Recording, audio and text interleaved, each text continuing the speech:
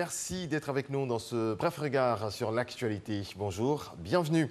On démarre avec le Conseil des ministres qui s'est tenu hier au palais présidentiel au Plateau. Comme à l'accoutumée, des sujets sur la table des échanges. Pour ce mercredi, il s'agissait entre autres de l'élection du président de la CAF, la représentation des femmes dans les assemblées élues et la mobilisation des fonds à l'international. Awa Touré. Adapter le Code des douanes qui date de 1964 à l'environnement économique et institutionnel actuel de la Côte d'Ivoire. C'est l'une des principales décisions du Conseil des ministres ce mercredi 25 novembre, présidé par le chef de l'État, le président de la République, Alassane Ouattara.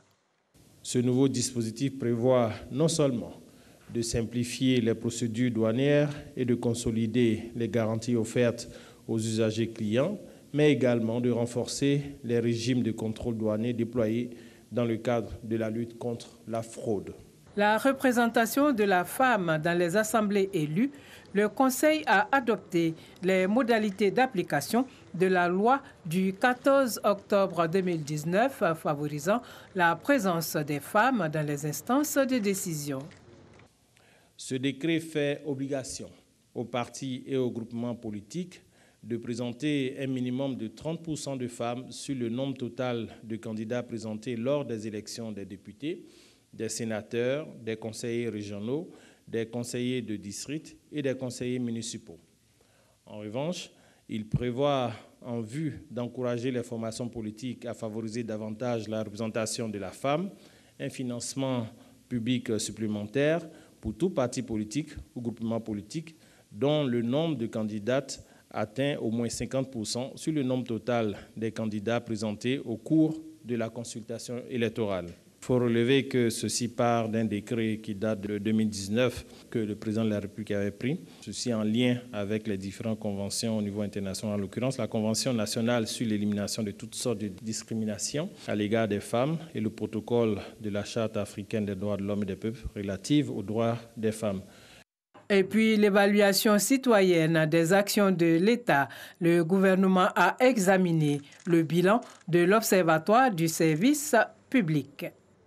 Au cours de la période du 1er juillet au 30 septembre 2020, l'OSEP a enregistré 2764 requêtes adressées à 44 départements ministériels.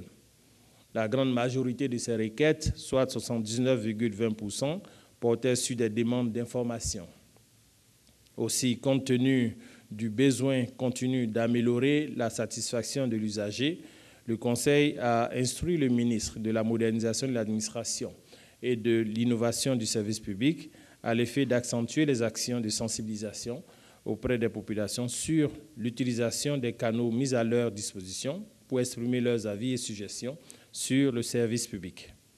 Pour l'élection à la présidence de la Confédération africaine de football, la Côte d'Ivoire soutient la candidature de Jacques Anouma.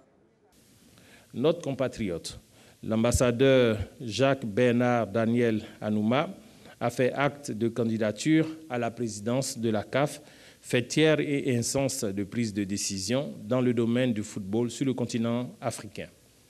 Le Conseil a décidé d'apporter le soutien de l'État à la candidature de notre compatriote à l'occasion de l'Assemblée générale élective du président de cette institution, prévue le 12 mars 2021 à Rabat, au Maroc. Aussi, le Conseil a instruit le ministre des Sports et l'ensemble des ministres concernés à l'effet de prendre les mesures dirigeantes aux fins du succès de cette mission. Notons que le prochain Conseil des ministres est prévu pour se tenir le 9 décembre 2020. 1 milliard d'euros, plus de 655 milliards de francs CFA, c'est le montant capté par la Côte d'Ivoire sur le marché obligataire international. L'opération d'Eurobond a eu lieu mardi avec succès. Adama Koné. La signature de l'État de Côte d'Ivoire auprès des bailleurs de fonds garde toute sa crédibilité. Le pays vient de réaliser un score remarquable sur le marché international des capitaux. Le montant qui a été levé est de 1 milliard d'euros. Alors ce montant a été calibré sur la base des objectifs poursuivis, notamment la réduction des risques de refinancement sur nos eurobonds déjà sur le marché, Le deuxième objectif poursuivi, c'est de rallonger la maturité de la dette que nous avons. Le troisième objectif, c'est de réduire en fait les risques liés au change. Et puis bon, il y a un quatrième objectif bien sûr, c'est celui qui consiste à financer en fait les besoins résiduels du budget 2020. Nous avons obtenu un taux de 5%, qui est le taux le plus bas que nous avons pu obtenir depuis que la Côte d'Ivoire a accès au marché de capitaux international. 1 milliard d'euros, soit plus de 655 milliards de francs CFA. Pour réaliser cette performance, le pays s'est présenté au guichet des investisseurs internationaux avec une arme secrète. C'est bien sûr le leadership du président de la République qui a donné, disons, la vision qu'il a. Et depuis plusieurs années, disons, le pays est géré sur la base donc, de cette vision. Et le président, avec le leadership qu'il a, ça nous a permis, en fait, aux différents ministères de travailler à faire en sorte que la gouvernance soit la plus efficace possible et que surtout, en ce qui nous concerne, que la gestion économique soit la plus efficace possible et que les finances publiques soient gérées de la façon également la plus efficace possible. À cela s'ajoutent les agrégats macroéconomiques tels que le taux d'endettement de moins de 40% contre une norme communautaire de 70%. Une inflation maîtrisée à moins de 1% comparativement au plafond de 3% de l'UEMOA et un taux de croissance de 1,8% en 2020 malgré le coronavirus. Des chiffres qui ont forcé l'intérêt et l'admiration des bailleurs de fonds pour la Côte d'Ivoire. Le médiateur de la République chez le président du PDCI RDA, Adama Toungara et Henri Konan Bédié ont échangé sur la situation socio-politique. Mamadou Kwasi. Adama Toungara à la résidence du président du PDCI RDA à Cocody, ici à Abidjan. Le médiateur de la République est allé échanger avec le président Henri Konan Bédié sur la situation sociopolitique qui prévaut actuellement en Côte d'Ivoire. La poursuite du dialogue entre le président de la République, Alassane Ouattara, et le président Henri Konan Bédié entamé le 11 novembre dernier a été également évoquée au cours de cet entretien. Adama Toungara n'a pas caché sa satisfaction et son espoir d'une nation apaisée et prospère à la sortie de sa rencontre avec le président du PDCI RDA. J'ai félicité le président pour avoir accepté la main tendue de son Excellence M. Alassane Ouattara, président de la République de Côte d'Ivoire. J'ai pris bonne note de suggestions que m'a fait Monsieur le Président Henri Konan Bédié. Je l'ai évidemment encouragé à poursuivre le dialogue, à persévérer dans cette voie royale du dialogue pour que la paix soit une paix durable en Côte d'Ivoire. Je me suis permis de lui demander de venir le revoir pour continuer qu'on appelle l'entretien que j'ai eu avec lui. Le médiateur de la République a en outre signifié que son institution et lui sont à pied d'œuvre pour ramener définitivement la paix en Côte d'Ivoire. Déjà, des missions sont sur le terrain selon lui pour rencontrer les différentes communautés afin de faciliter le retour de la cohésion sociale dans les régions victimes de violences communautaires. Matin Bonheur et C'est Midi font leur retour sur la RTI. Ce sont deux émissions phares. Pendant les vacances, deux émissions avaient remplacé ces programmes. Il s'agit notamment de la matinale et C'est pas C'est Midi 1. La saison 1 de ces émissions s'achève ce vendredi. Issaïo nous en parle. La RTI, radiodiffusion télévision ivoirienne, avait l'habitude de rediffuser les émissions Matin Bonheur et C'est Midi à leur tranche horaire habituelle pendant les vacances scolaires. Cette année, elle innove. En lieu et place des rediffusions, la RTI crée deux autres productions, la matinale et C'est pas C'est Midi 1. Ces deux émissions sont diffusées aux heures habituelles des productions remplacées. Ce lundi, notre équipe de reportage est au premier étage du bâtiment C. C'est ici que l'émission La matinale se déroule entre 7h et 8h. Toute l'équipe est en place pour permettre aux téléspectateurs de bien se réveiller à travers divers sujets.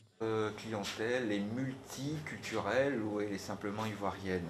Elle est multiculturelle, j'ai des expatriés, j'ai la communauté libanaise et j'ai même la communauté ivoirienne. Ce fut une belle expérience pour moi et pour mon équipe. Vraiment belle collaboration avec toute l'équipe de la matinale. Après le bâtiment C, nous voici dans l'enceinte du chapiteau. Lieu de production de l'émission C'est pas ce midi, hein, animé par les comédiens Bidefer, Joël et La Flamme de l'Estingué. Il est 12h. L'invité se nomme Chico Lacoste, un promoteur culturel. Ces deux émissions ont pu se faire grâce à une équipe dirigée par Barthélemy Inabo. On a essayé de proposer des programmes différents pour permettre aux téléspectateurs de voir un nouveau regard, d'avoir un nouveau regard sur RTI 1 le matin quand ils se réveillent et puis à midi pour garder notre créneau habituel. Et je pense que de plus en plus, la RTI va réagir autrement en tenant compte donc de l'existence des concurrents et pour montrer notre suprématie. Les téléspectateurs apprécient le contenu de ces deux émissions, non sans faire des propositions. La matinale d'abord, ça permet de nous enseigner certains sujets.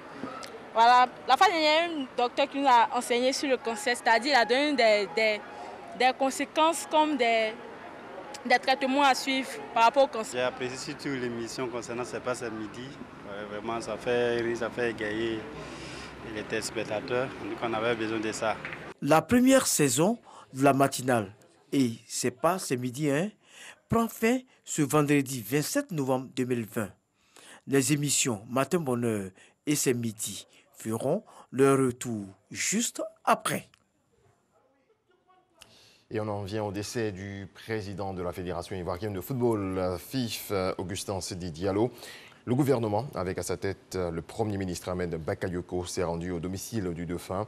Les membres du gouvernement ont présenté les condoléances du président de la République, Alassane Ouattara, et leur solidarité à la famille de celui qui fut pour la Côte d'Ivoire un grand serviteur.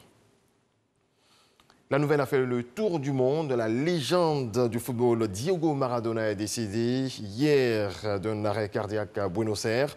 Un joueur d'exception, il a porté l'Argentine au sommet du foot mondial et restera comme l'un des meilleurs de tous les temps. Il avait 60 ans. Pelé, son rival brésilien, parle d'une triste nouvelle. J'ai perdu un grand ami et le monde a perdu une légende, dit-il. Et puis cette brève avant de nous séparer, présidentielle au Burkina Faso, la Commission nationale électorale indépendante, CENI, annonce qu'elle donnera les résultats du scrutin aujourd'hui à 10h, temps universel. Merci de votre attention, c'est la fin de ce point de l'actualité. Très belle journée, paix dans vos foyers.